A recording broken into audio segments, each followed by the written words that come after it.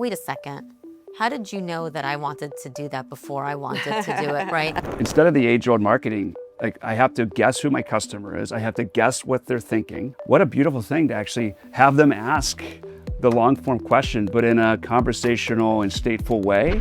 I have my own Andrea bot. She reviews work. If somebody's doing a review with me, Andrea, they can grab Andrea bot. Marketers need to feel comfortable to be I'm a systems architect now, right? It's my job to make sure that all the systems are operating. I think the marketer's dream has always been, how do you do one-to-one personalization at scale?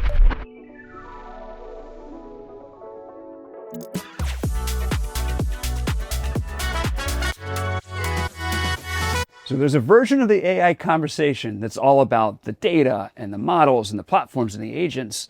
But behind all of it, it always comes back to the why. How are we using it to do better? Who are we engaging with and what values are creating? And of course, how do we do it at scale, which is going to make this conversation so amazing. But before we get into it, I'm Bill Briggs, Deloitte's Chief Technology Officer. And I'm Simona Spelman, Deloitte's Chief Human Officer. And this is Forward Technology, where we take big topics and try to move behind the headlines, look at technology, innovation, the human dimension, and try to demystify, but also make it real. Focus on the so what and the now what, and then talk about what leading organizations are doing that we can all be inspired by and hopefully create the right amount of forward momentum and movement. So how you doing, Simona? It's good to see you. I'm doing great. Compared to the headlines? You're just going to go right into it, huh? I'm going to go right into it. So we should start. Okay, let's get into the research and the headlines. Our listeners have things to do, so we're just they don't want to hear us prattle on. Sure, okay. So one of the headlines that I'm incredibly interested in your take on is creator-led commerce is emerging as one of the fastest growing advertising models on the platform. What say you? What say I? I say I'm all for it. I think the beauty of platforms, like we'll talk to Andrea from Meta, the idea that we've got so many people that can just express their passions and find their subcultures and subcommunities. And once you start trusting, you can say influencer, or you can just someone that has taste that you recognize and has expertise that can do something for you. Like I'd love nothing more than finding out something new I didn't know about that's going to fit with my peculiar little brain of what do you think? Well, what I think is fascinating is that line is collapsing between creator content and paid advertising. Yeah. Right. And so I think generationally it's interesting, right? Like where does that line kind of tilt one way or the other, right?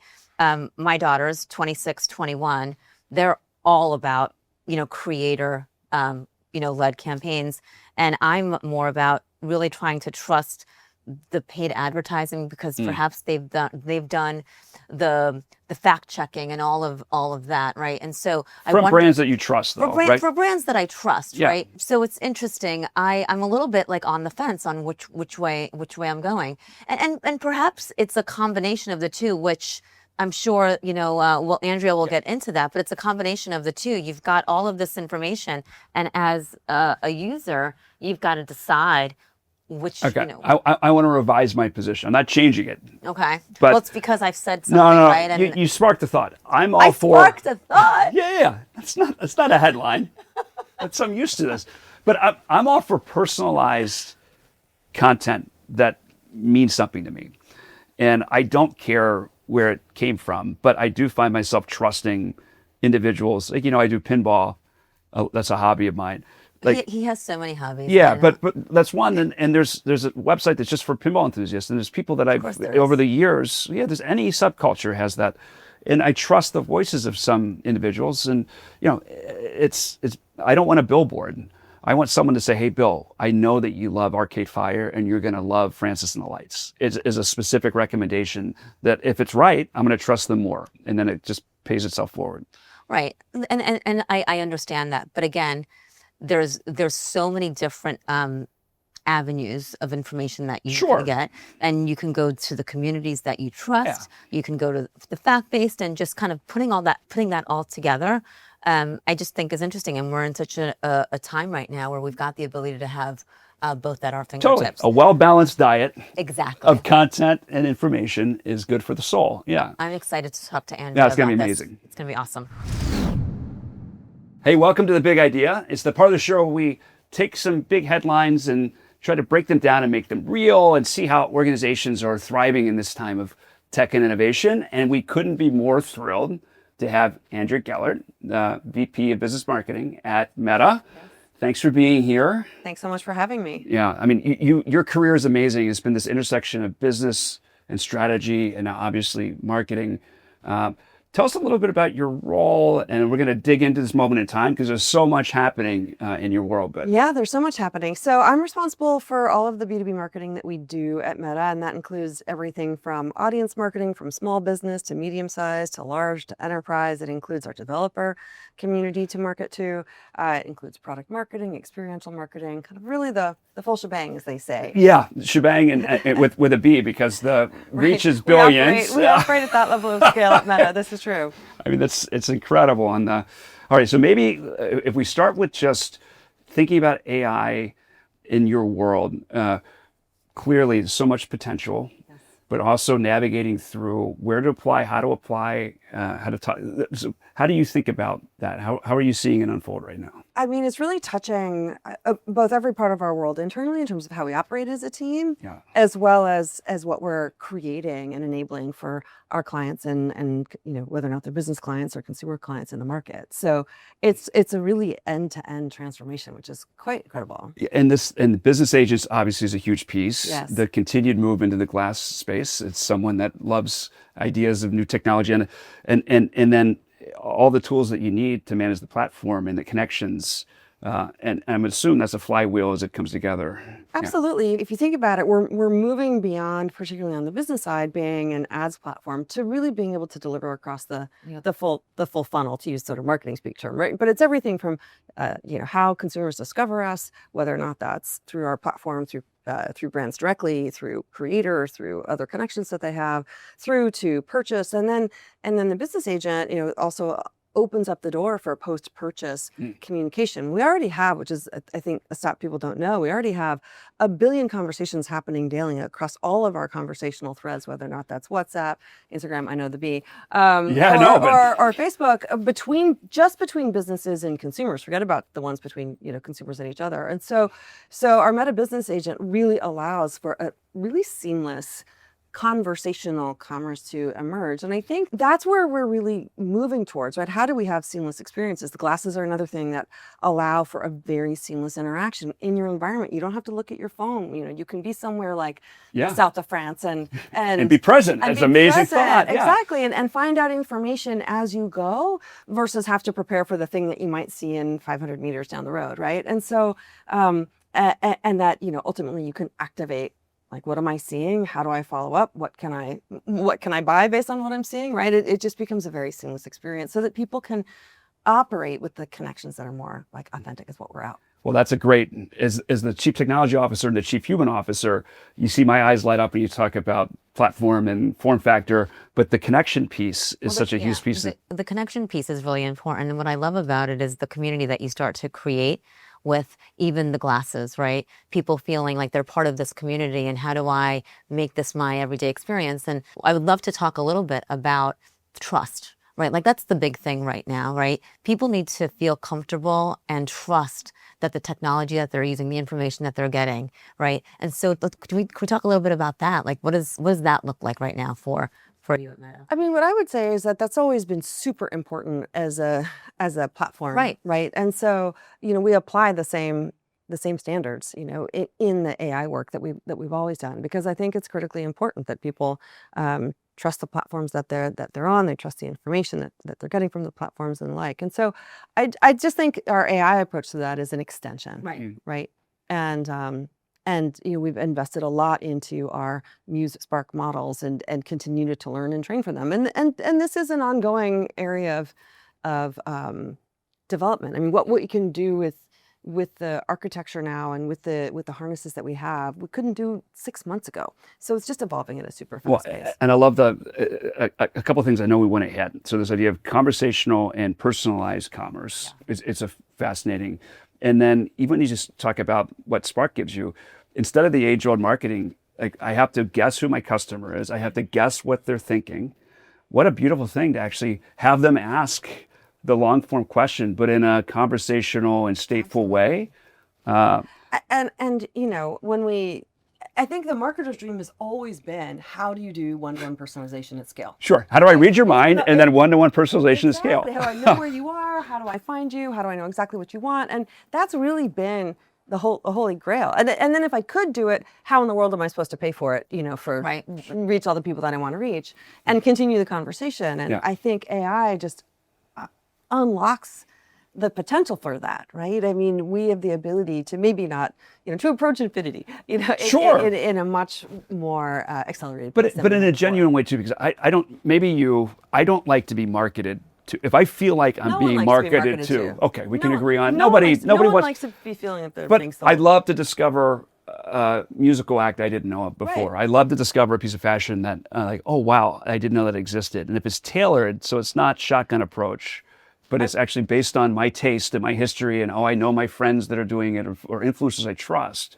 That's a completely different proposition. And what we're seeing, interestingly enough, when it comes to the younger generations, young people these days, but Gen Z, us, right? Yeah, we're talking about our demographic. I get it. Not us. Is that, you know, they are creating highly curated mosaics. I think people always assumed that the technology would force them into a particular path, and that's not what we're seeing. We're seeing, you know, highly curated across a spectrum of interests, and they're far more willing, and I think this is where the creators come in. Right. They're far more willing to explore something new if they get intrigued by a creator that they see. So it's not like, oh, if I'm interested in, you know, glassware, I'm only ever going to be interested in glassware. If you recommend something interesting to me about, I don't know, paper arts, like. But what I love about it is the creators are creating these like authentic connections, right? But they're not doing it on any random thing. There's a thread, and people start to trust those creators, right? And then they say, oh, that's something that we haven't talked about before. I want to know more about that. Absolutely. I mean, I think we've seen study after study that indicate that, you know, particularly young people are, I don't know, more than twice as likely to take a recommendation from a creator versus a brand versus exactly, and take a recommendation from somebody a creator they don't know. No.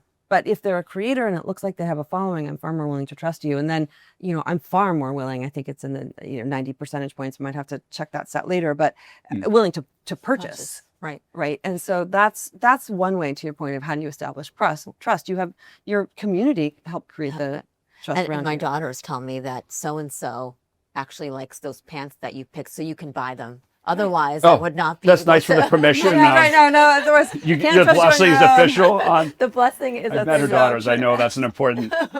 I like a piece of what you said. I feel seen of the old days of segmentation. It might say a particular age with a computer engineering background with a narrow hobby base. Like it wouldn't say, oh, and this independent film or this high-end watch that you. Yeah. But we're all much more of a combination than the old segmentation would ever allow it to be, and it just makes you feel seen. Yeah. In a way, I like to feel seen. Do you like to feel seen? Well, you know what? I do like to feel seen, but sometimes I'm like, wait a second. How did you know that I wanted to do that before I wanted to do it, right? And it's you know, for an old, you know, well, not old. Try that again. I'm at an advanced. Is it advanced? I don't even know what I want to say, but it is. You're wise. I'm wise. You are wise. I like that. The poets and philosophers, bare naked lady said, "Old at being young, young at being old." I think we're right there in that demographic. Sometimes for me, it is a little. It's interesting. I'm like, how do they do that? Right? You still kind of, you know, or marvel. But if it's something that you love after it, does the creepy factor go away, or is it still there lingering? No, sometimes I'm like, I'm not going to buy it because. Oh, because of out of spite. It's just too real. Out of spite, I'm going to refuse. Oh. I mean, I think what's interesting about that is that, you know, for years, marketers have been using like lookalike models, right? And so this just gets applied, you know, in our systems in the same way. They just keep getting more sophisticated in how we do that, right? Mm. Okay, so a beat on, you mentioned the creator bit, and so there's so much obviously so much content on your collective platforms, and that hook into empowering them to be able to help advance product and brand, and you know that's not an accidental piece of the strategy, right? Yeah. No, and I think you know, word of mouth and, you know, people who recommend products has always been a really valuable portion of a marketing mix. It's just been hard to affect it as a brand. And I think what we've been able to do on our platform is really like have creators have a wonderful ecosystem on their own with the consumer relationship and develop their own brands, their own interests, and do it in an extremely authentic way, right? They've kind of broken that fourth wall. They talk direct to camera. They show what they're doing. That would right? be nice if you looked direct to camera and we did. did it. Oh, you did? Okay. I thought I saw it. I'm like, that was nice. I know. I tried. A meta point. That's good. Exactly. Yeah. But and they are willing to kind of show how they do things, and we have all these makers who are creators, and so they've created this whole opportunity, and then there's a great opportunity with our platform to monetize it, right? And that's allows them to do the work that they love to do, and one of the things, for example, that we just announced is we've had different creator products, and we've created one creator hub that allows creators to take advantage of the systems and architectures that we have, but also to get in touch with brands, right? There's matching, there's discovery. Right. Brands are constantly asking, how do I figure out which creator who are the creators out there, who might be right for me? And creators are always asking, how do I find the brands? Yeah. And so we've really unified a lot of our products to just create one creator hub. And Love that.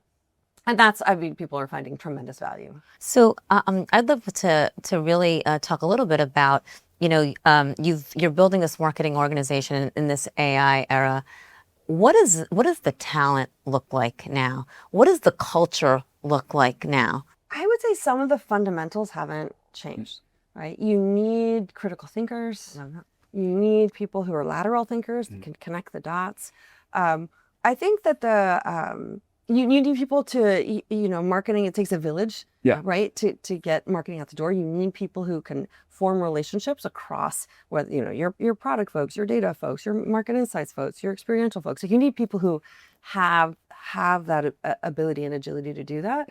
I think what's maybe a little different now is, you've always needed people who can adapt to change. Right. Change happens no matter Constantly, what, right? Yep. Constantly. A great theme of this podcast. The acceleration and the pace of that change, and also it used to be that you were changing from X to Y. Right. Now Exactly. you're just changing from X, and nobody really knows necessarily what Y is. And so you need people who are willing to play and experiment. The kind of AI tools that people all over my team have been creating just because they're playing with them to figure out, well, how could I do this and how could I try that? And I have my own Andrea bot. She reviews work. If somebody's doing a review with me, Andrea, they can grab Andrea. I was going to ask if you shared it or not. Yeah, you have. So this is the red team. Yeah.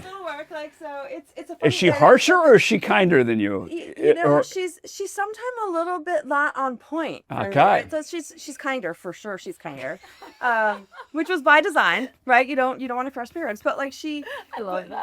But she's a work in process, right? So it's sort of like, let's get her out, because at some point I was playing with her and I didn't really like it. I was like, let's just get her out there, and the team will tell me, where this is working or where this is not working. And so you need people who are really comfortable, not just with the ambiguity, but like, I'm going to try and play here, and I'm going to use these tools. And the good thing about these tools is that it doesn't take that much time to set them up. It doesn't take that much time to get feedback. And so it doesn't take that much time to iterate on them.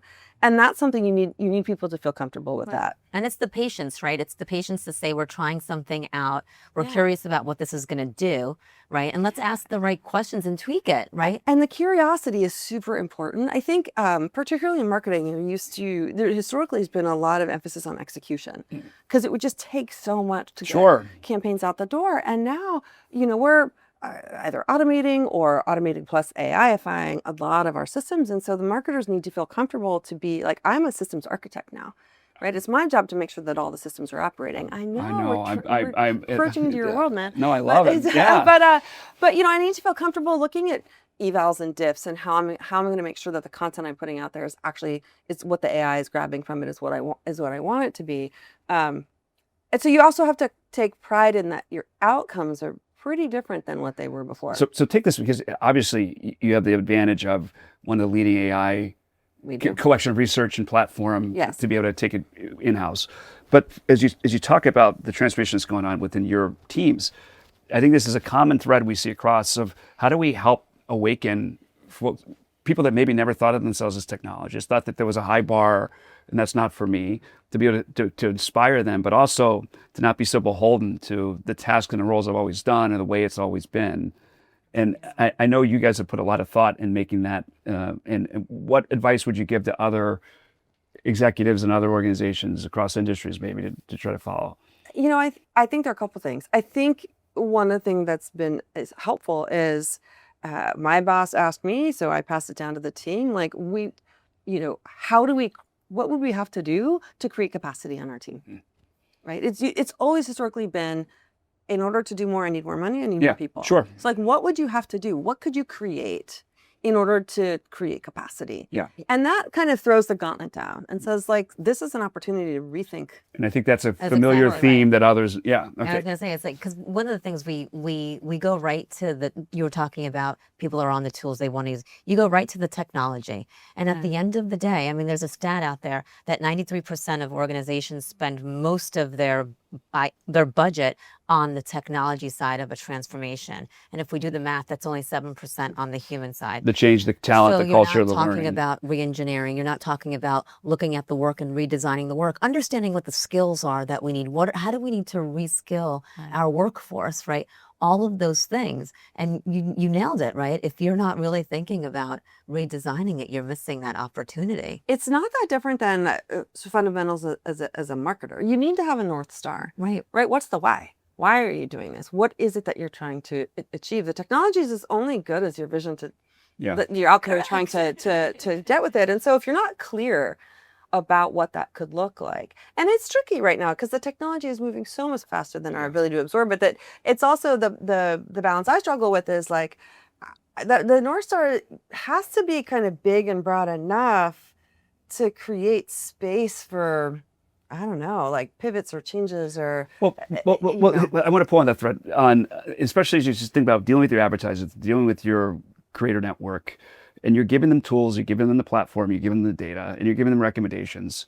Where and how do you see the instinct still in play, and that judgment of where or when to follow versus where you still have to have that spark of human creativity in that mix? Is there? I mean, I'm sure there's not a playbook or a fast rule, but how are you seeing that balance and that tension? I think so. For example, if we take the creator example, what I've been telling our customers, our business customers, is that you need to start thinking of creators as a channel, right? No different than other channels that you deploy marketing to. And so if you think versus just a one-time campaign thing I'm going to do. Sure. Right. Yeah. Beginning and end and right. But if I think about creators, if I broaden that and think about it as a channel, then how do I think about my other channels? Well, I might have small, really bespoke creators and really curated ones who have a small but very interesting audience here. I might have some bigger, broader audiences. I'm going to think about a portfolio approach to this channel because I've thought about it strategically. And so I think I always lead with strategy. So how do you think about,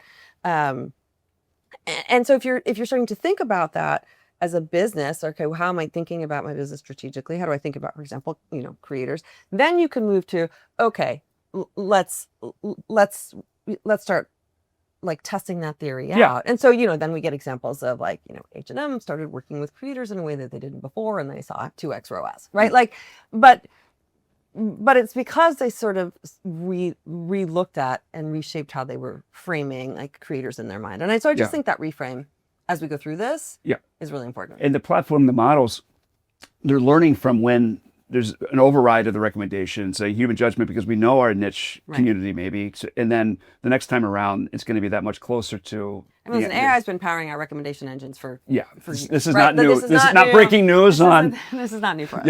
Gen AI helps facilitate in different ways, but so you started August 23. I did. Right.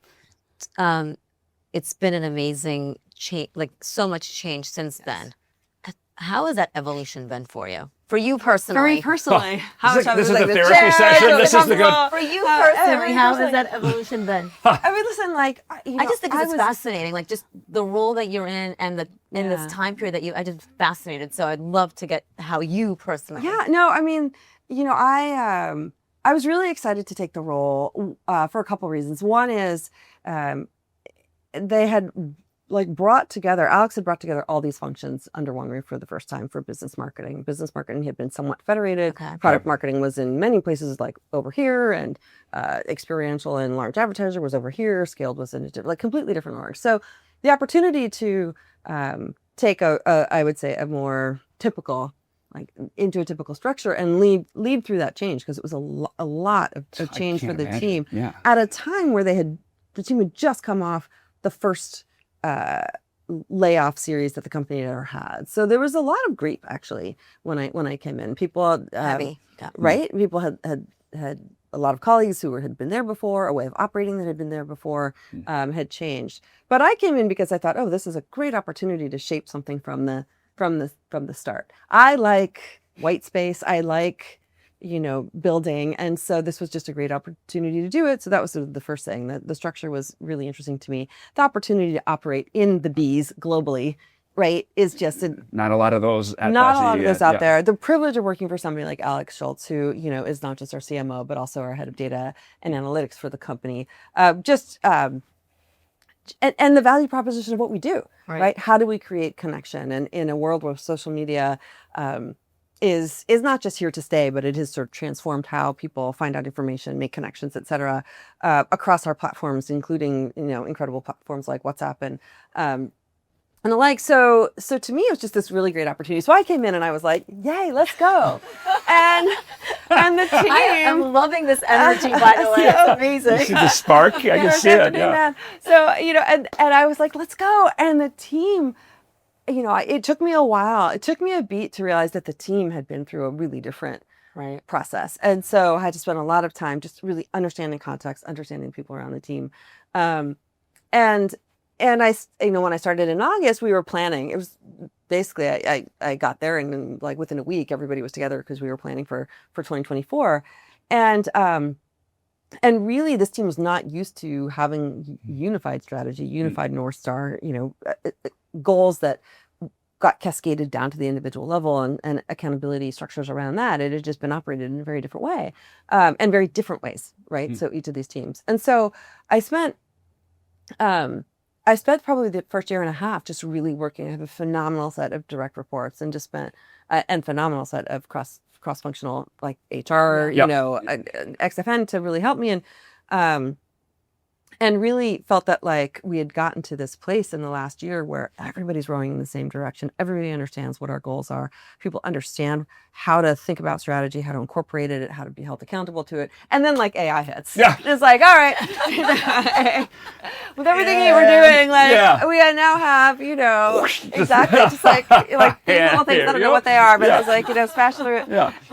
But the good thing is that having been through kind of what we've been through as a team, as a leadership team, I think we know as a team how to lead through this kind of the challenges, because we've had recent challenges, and as well as the change. And I think listen, it's never comfortable going through like dramatic periods of change. It can be exciting, but it's not always comfortable.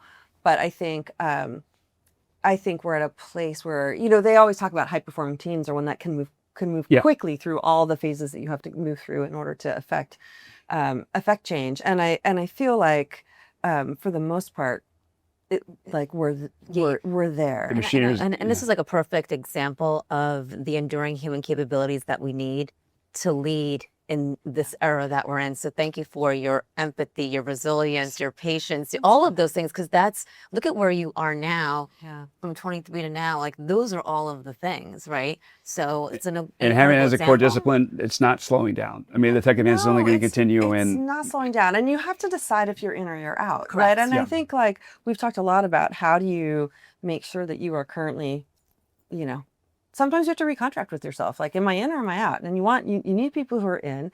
And I think, you also start to pick up pretty quickly about like who are going to be the people who can ride the change, and who are people who it just may not be. And it's okay. It's okay. It's okay. It's totally okay. It is okay. But that commitment to being change expectant. Yeah. And then you can just roll your eyes for a second. One of my favorite quotes of all time is Lorne Michaels from Saturday Night Live about how we don't go on. Go many directions. Yeah, but because we don't go on because we're ready. We go on because it's 11:30. Yeah, right. How do you get the urgency behind this moment in time and this change in front of us, with the knowledge that there's not going to be a finish line, but we can make progress. I think, and one of the things that we're trying to, and it's hard, we're trying to get everybody more comfortable with like, this is going to be messy, perfect is the enemy of good, like all those cliches, but people still are worried about, how do I take risk? Sure. And that's something that I think we still as a team are working to get people comfortable with. So I know we're running out of time, but I've got to ask the new glasses, Kylie Jenner. Oh, shoot, you've got don't them? have them. I actually have them back at the hotel. Oh, I should have brought them. cliffhanger. Yeah. We'll have Andrea back. I'm so Hopefully sorry. on Bleecker I Street, I can host you over. We'll do a. Yeah. So what do you want? So Kylie, Maybe started it. They're adorable. Yeah. No, so tell me about the glasses. I'm gonna follow you to the hotel and We'll come back and see them. So our Meta AI glasses, we're super excited about them. You know, they're we have this great partnership with EssilorLuxottica and really wanted to create something that was ours and at a $299 price point. It's Everyone a lower can price have. point. Everybody can have access to them and do so with 3 different styles and a bunch of different colors. And they have all the benefit. MuseSpark has been built sort of the AI system is powered by MuseSpark out of the get-go. It's got all of the live translation. It's got all of the AI capabilities, live streaming, which is really exciting. And so, yeah, they are. If you haven't been to our beach, come down. We have all kinds for you to try on. I'm gonna have to do that. In a stylish frame, I might have had an early generation from other competitor years ago, and it looked like you had a camera strapped to your face, and it wasn't a very socially advanced way to be. It's so much better. It's like I said, it just allows for a really natural, immersive experience, which is just incredible. This has been so awesome. Yeah, Andrew, thanks so much. I mean, the through line to me for everyone, the move to connection, the idea of how do you build a platform that expects not only change, but also how do you build relationship and advance relationship in a way that matters to the individual, but also do it at a scale, because the worst thing I see is people investing in proofs of concepts and pilots that never can go anywhere.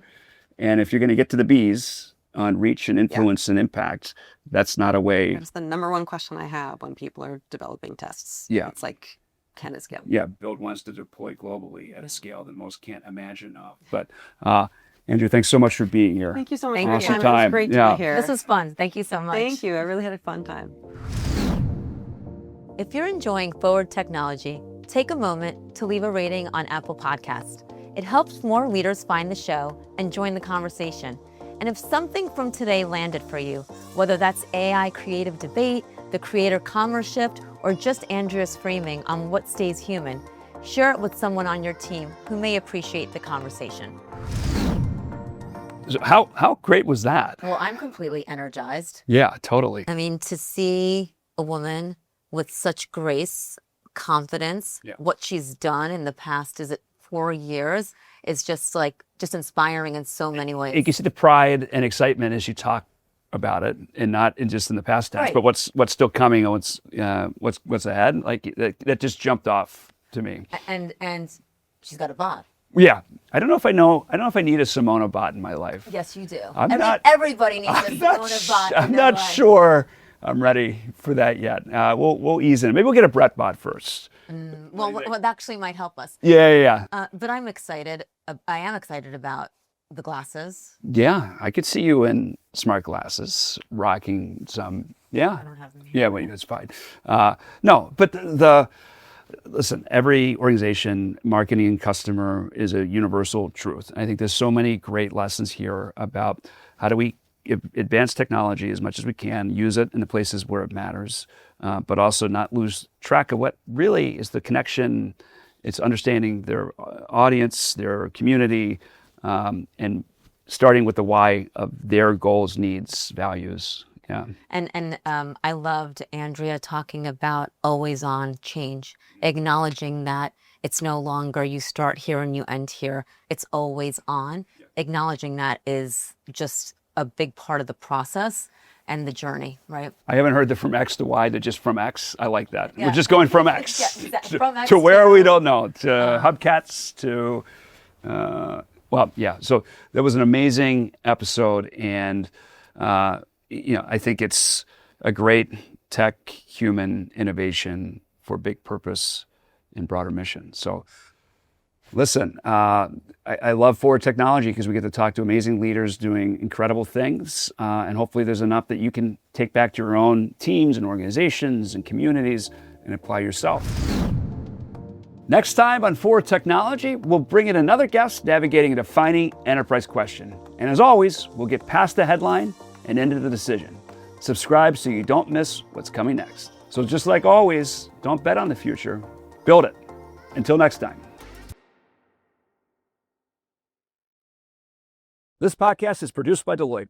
The views and opinions expressed by podcast speakers and guests are solely their own and do not reflect the opinions of Deloitte.